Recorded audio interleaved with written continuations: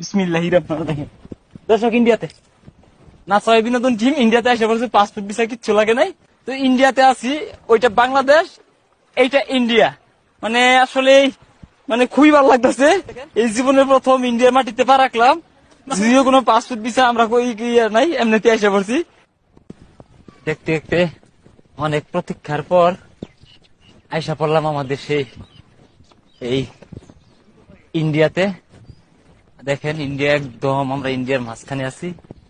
তো ভয়ও কাজ করতেছে, ওই যে বিএসএফ এর ক্যাম্প দেখা যেতেছে, যে কোনো সময় আবার আইসা সেরা পরি হাত লাগাই দিতে সমস্যা।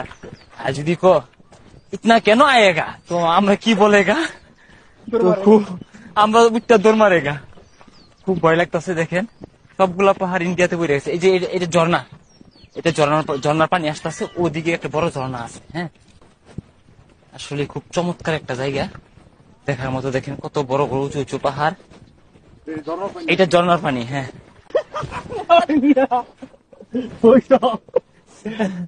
যাও যাও যাও যাও, কিসে যাও, পার করে দাও।